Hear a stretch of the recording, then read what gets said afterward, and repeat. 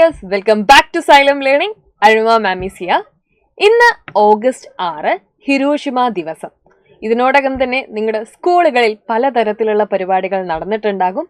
Miss ഇന്ന് വന്നിരിക്കുന്നത് ഇന്ന് വരെ ലോകം നേടിയ എല്ലാ വെളിച്ചവും ഇരുട്ടായി മാറിയ ആ ദുരന്തത്തിന്റെ കഥ പറയാനാണ്. അതായത് ഹിരോഷിമയിലും നാഗസാക്കിയിലും യഥാർത്ഥത്തിൽ എന്തായിരുന്നു സംഭവിച്ചത്, ആ കഥ നിങ്ങളിലേക്ക് എത്തിക്കാനാണ് ഇന്ന് വന്നിരിക്കുന്നത്.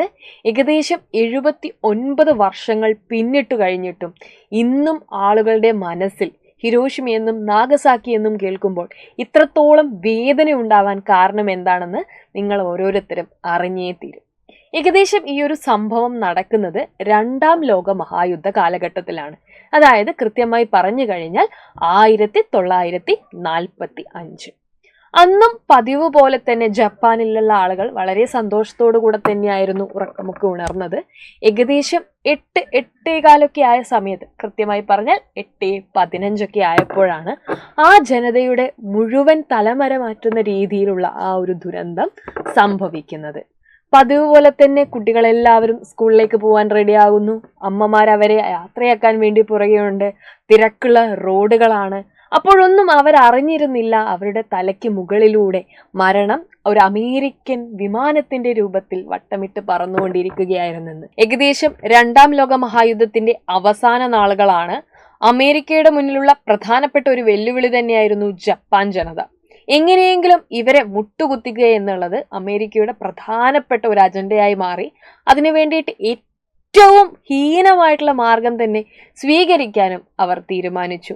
അങ്ങനെ 1945 ഓഗസ്റ്റ് 6 കൃത്യം 8:15 അമേരിക്കൻ യുദ്ധവിമാനത്തിൽ നിന്ന് ലിറ്റിൽ ബോയ് എന്ന അപരനാമത്തിലുള്ള ആദ്യത്തെ ആണവായുധം മനുഷ്യരിലേക്ക്, അതായത് ജപ്പാൻ ജനതയുടെ മേലേക്ക് അവർ വർഷിക്കുകയാണ്. ഏകദേശം സമുദ്രനിരപ്പിൽ നിന്ന് 30,000 അടി ഉയരത്തിൽ വെച്ചാണ്, അതായത് ഈ വിമാനത്തിൽ നിന്നാണ് ഇവരെന്ത് ചെയ്യുന്നത്, ഈ അണുബോംബ് വർഷിക്കുന്നത്. ഹിരോഷിമ പട്ടണത്തിന്റെ ഏകദേശം 600 മീറ്റർ മുകളിൽ വെച്ച് ആ ബോംബ് പൊട്ടിത്തെറിക്കുകയും നമ്മൾ ആ ചിന്തിക്കുന്നതിലും എത്രയോ വലുതാണ് ആ ഒരു ദൃശ്യം എന്ന് പറയുന്നത്. നമുക്കൊന്നും ഊഹിക്കാൻ പോലും അളക്കാൻ പറ്റാത്ത രീതിയിലുള്ള താപം ആ സമയത്ത് പുറപ്പെടുകയും ഏകദേശം 1000 സൂര്യന്മാർ ഒന്നിച്ച് കത്തിയാലുണ്ടാകുന്ന തരത്തിലുള്ള ഒരു താപം ആ സമയത്ത് രൂപപ്പെട്ടു എന്നൊക്കെയാണ് പറയുന്നത്. സ്വർഗസമാനമായ ഹിരോഷിമ പട്ടണം നരകതുല്യമായി മാറാൻ പിന്നീട് അധികം സമയമൊന്നും ആവശ്യമായി വന്നില്ല. അസഹനീയമായ ചൂട് കാരണം നിന്ന നിൽപ്പിൽ വെന്ത് വെണ്ണീരായി മാറിയ ജനങ്ങൾ മാത്രം 80,000-ത്തിലും മേലെയാണെന്ന് പറഞ്ഞു കഴിഞ്ഞാൽ നിങ്ങൾക്ക് വിശ്വസിക്കാൻ വേണ്ടി പറ്റുമോ? ജീവൻ ഉണ്ടായിരുന്ന ആളുകളുടെ അവസ്ഥ അതിലും എത്രയോ ഭീകരമായിരുന്നു. ദേഹമാസകലം പൊള്ളി വീർത്ത് എന്താണ് ചെയ്യേണ്ടതെന്നറിയാതെ തെരുവിലൂടെ ഓടുന്ന ആളുകൾ ഒരു ഭാഗത്ത്. അസഹനീയമായ ചൂട് കാരണം കുടിക്കാൻ ഒരു തുള്ളി വെള്ളത്തിന് വേണ്ടി നെട്ടോട്ടമോടി തൊട്ടടുത്ത് കണ്ട നദിയിലേക്ക് ചാടി മരിച്ചു വീണ ആളുകൾ മറുഭാഗത്ത്. ഇതിൻ്റെയൊക്കെ ചിത്രങ്ങളാണ് നിങ്ങളിവിടെ കാണുന്നത്. ഉയർന്നു വന്ന പുകയുടെ ഒരു കൂമ്പാരം ആണ് നിങ്ങൾ ഈ ചിത്രത്തിൽ ഇടതുവശത്തായിട്ട് കാണുന്നത്. ലോക മനസാക്ഷിയെ ഞെട്ടിക്കുന്ന ചിത്രങ്ങളിൽ ഇപ്പോഴും ഈ ചിത്രത്തിന് വലിയൊരു പ്രാധാന്യമുണ്ട്. ഇത്രയും ഭീകരമായിട്ടുള്ള കാഴ്ചകൾ നടക്കുന്ന സമയത്ത് പോലും നമ്മുടെ അമേരിക്ക ഈ കാഴ്ചകളൊന്നും കണ്ട് ഒരിറ്റ് പോലും അനുകമ്പയില്ലാതെ ഓഗസ്റ്റ് 9 വീണ്ടും ജപ്പാൻ ജനതയ്ക്ക് മേൽ ആറ്റം ബോംബ് വർഷിക്കുകയാണ്. ഇപ്രാവശ്യം അവർ തിരഞ്ഞെടുത്ത സ്ഥലം നാഗസാക്കിയായിരുന്നു. ഓഗസ്റ്റ് 9 അവർ വീണ്ടും ഒരു അണുബോംബ് ജപ്പാനിലിടുന്നു. ഈ അണുബോംബിന്റെ പേര് ഫാറ്റ് മാൻ എന്നായിരുന്നു. നമ്മൾ ചിന്തിക്കുന്നതിലും എത്രയോ ഭീകരമായിരുന്നു ആ സമയത്തെ ജപ്പാന്റെ അവസ്ഥ എന്ന് പറയുന്നത്. ജീവനുള്ള ആളുകളെ ഒന്ന് ചികിത്സിക്കാൻ വേണ്ടി ഡോക്ടേഴ്സോ നേഴ്സോ ആശുപത്രി കെട്ടിടങ്ങളോ ഒന്നും തന്നെ അവിടെ ഉണ്ടായിരുന്നില്ല. ജീവൻ ഉണ്ടായിരുന്ന ആളുകൾ അതിലും ഭീകരമായ രീതിയിൽ പിന്നീട് അനുഭവിക്കേണ്ടി വന്നൊരവസ്ഥ നിങ്ങൾക്കറിയാമോ? ജപ്പാനിലെ അണുവികിരണം ഇപ്പോഴും പ്രശസ്തമാണ്. ഒരുപാട് ആളുകൾ ഇന്നും ആ ദുരന്തത്തിന്റെ ജീവിക്കുന്ന ഇരകളായിട്ട് മാറുന്നുണ്ടെന്ന് പറഞ്ഞാൽ നിങ്ങൾക്ക് ആ ദുരന്തത്തിന്റെ വ്യാപ്തി എത്രത്തോളം വലുതാണെന്ന് മനസ്സിലായോ? നിങ്ങൾ ഈ ചിത്രത്തിലൊക്കെ കാണുന്നത് ഈ ആറ്റം ബോംബിനെ അതിജീവിച്ച, അതായത് ആറ്റം ബോംബിൽ നിന്ന് രക്ഷ നേടിയ ആളുകളാണ്.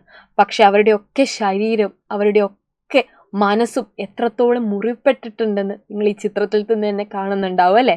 ഇതിൽ നിങ്ങൾക്ക് അടുത്തതായിട്ട് കാണാൻ വേണ്ടി പറ്റുന്നത് എല്ലാവർക്കും പരിചിതമായിട്ടുള്ള ജപ്പാനിലെ ഒരു ബാലികയാണ് സഡാക്കോ സസക്കി അല്ലേ. നിങ്ങൾക്ക് സമാധാനത്തിൻ്റെ പ്രാവുകൾ ഉയർത്തിപ്പിടിച്ചുകൊണ്ടിരുന്ന ഈ ഒരു കുട്ടിയെ അറിയാമായിരിക്കുമല്ലോ. ദുരന്തത്തിൽ മരിച്ചുപോയ കുട്ടികളിൽ ഒരാൾ മാത്രമാണ് നമ്മുടെ സഡാക്കോ. ഇത്രയും ഒരുപാട് ലക്ഷക്കണക്കിന് കുട്ടികളാണ് ജപ്പാനിലുണ്ടായിരുന്നത്. ഏകദേശം 3.5 ലക്ഷത്തോളം ആളുകളാണ് ഈ ഒരു ആറ്റം ബോംബിൻ്റെ പിടിയിലകപ്പെട്ട് ജീവൻ നഷ്ടപ്പെട്ടു പോയിട്ടുള്ള ആളുകൾ എന്ന് പറയുന്നത്. അപ്പോൾ ഓരോ വർഷവും നമ്മൾ ഈ ആഗസ്റ്റ് 6 ആഗസ്റ്റ് 9 ഒക്കെ ആചരിക്കുന്നതിന് പിന്നിൽ ഒറ്റ കാര്യം മാത്രമേ ഉള്ളൂ, നോ മോർ വാസ്.